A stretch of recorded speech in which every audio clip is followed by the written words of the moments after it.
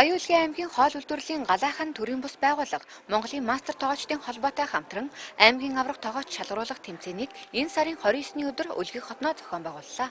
Тус тэмцээнийг аймгийн тоогооч хоол үйлдвэрлэгчдийн анх дугаар зөвлөгөөний хүрээнд явуулсан бөгөөд аймгийн төв болон хөдөө сумын сургууль, цэцэрлэг, эмнэлэг, ресторан, зоогийн газараас 200 орчим тоогооч оролцлоо.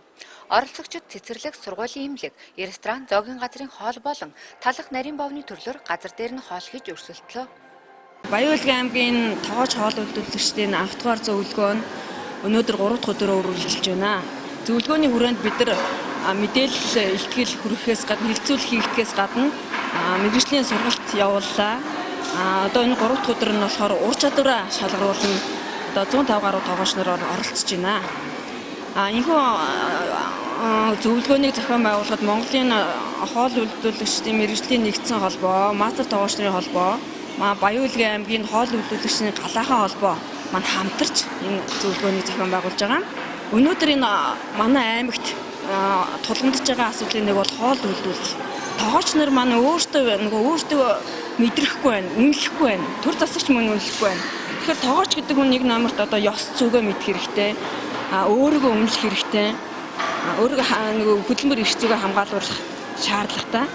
Хоол үйлдвэрлэгч маань л одоо ингээд чанартай чадвартай байж өнөөдөр бид нар эрүүл хоол гэдгийг яригдана.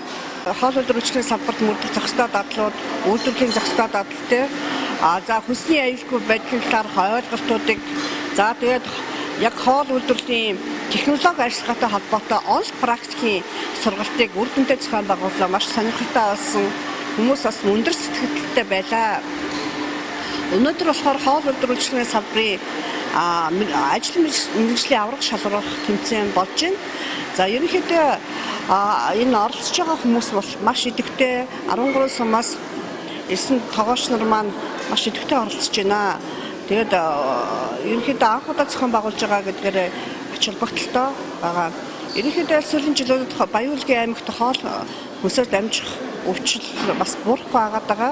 Ингээд ач холбогдол өгөөд аймгийн засаг дарганд хамгийн газар, аймгийн хүнс үдээчин газар, аймгийн боловсрол соёлын газар, мэргэжлийн хэлтийн газар гэдэг олон байгууллага маань хамтраад энийг зохион байгуулж байгаа.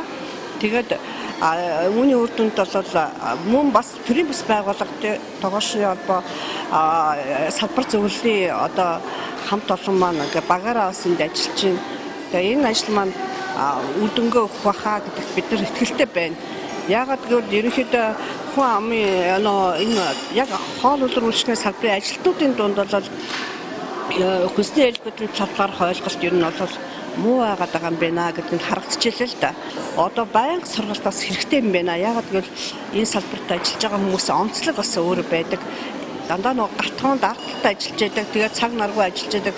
Мэдээлэлээс ер нь жоохон холдоо байдаг. Тийм учраас мэдээлэл тэр сургалтыг байнга өгчих нь зүйтэй юм байна гэж харагдчихлаа. Тэмцээнийг Монголын мастер тоогоочдын холбооны мэргэжлийн тоогоочид шүүн явуулсан юм.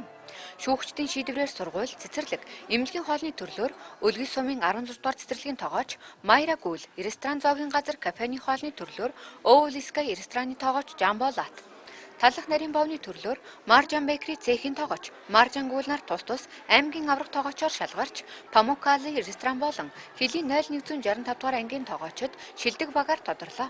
Зохион байгуулагчид уг тэмцээнийг цаашид жил бүр уламжлал болгон зохион байгуулахаа илэрхийлээд байна.